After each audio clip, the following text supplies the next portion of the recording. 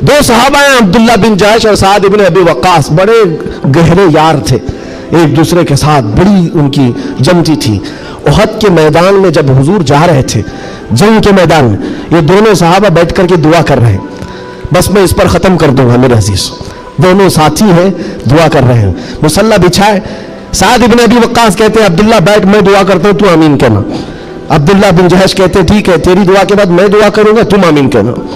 دوسرے دن جنگ ہے، سعد ابن ابی وقاص دعا کرتے ہیں اللہ کل تیرے رسول کے دین کی حمایت کے لیے میں اتروں گا، تیرے نبی کے دین کی حمایت کے لیے ان کی صفوں میں جاؤں گا، مولا میری اتنی دعا ہے میرا سامنا کسی ایسے بڑے پہلوان سے کر، میرا سامنا دشمنوں کے ایسے بڑے پہلوان سے کر جو سب سے بڑا پہلوان ہو۔ اور خواہش تو دیکھو دعا میں کیا کہہ رہے سعد بن ابی وقاص، اے اللہ میں چاہتا ہوں کبھی اس کو سامنے سے ماروں، کبھی دائیں سے ماروں، کبھی بائیں سے ماروں، کبھی پیچھے سے، اور اس کے بعد گرا دوں اور سینے پر چڑھ کر کہوں لبیک یا رسول اللہ، یعنی اسلام کا پرچم بلند کرو۔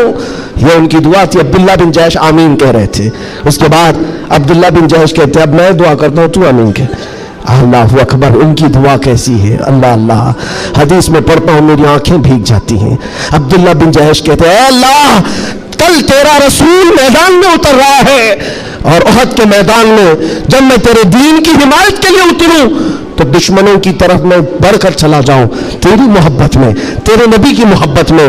کبھی کوئی دشمن مجھے سامنے سے مارے، کبھی دائیں سے مارے، کبھی بائیں سے مارے، کبھی پیچھے سے مارے، اور تیرے محبت میں بولا، تیرے رسول کی محبت میں ہر جگہ سے زخم کھاؤں اور پھر میں شہید ہو جاؤں اسلام زندہ باد ہوتے ہوئے، اسلام کی بلندی کا نعرہ لگاتے ہوئے شہید ہو جاؤں۔ ایک مارنے کی دعا کر رہا ہے، ایک مرنے کی دعا کر رہا ہے۔ یہ رسول اللہ کے پروانے ہیں۔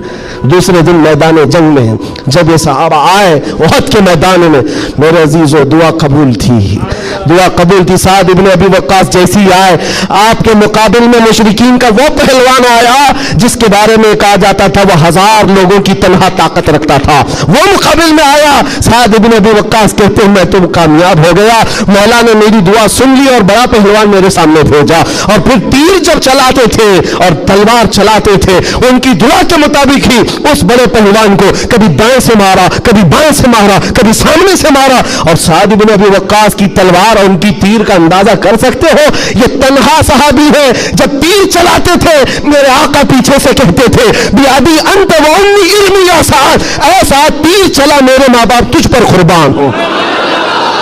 ساری دنیا کہتی یا رسول اللہ میرے ماں باپ آپ پر قربان، لیکن اللہ کا رسول کہتا ہے اے سعد تیر چلا میرے ماں باپ تجھ پر قربان۔ اب پھر تیر کی طاقت کا اندازہ کیا ہوگا۔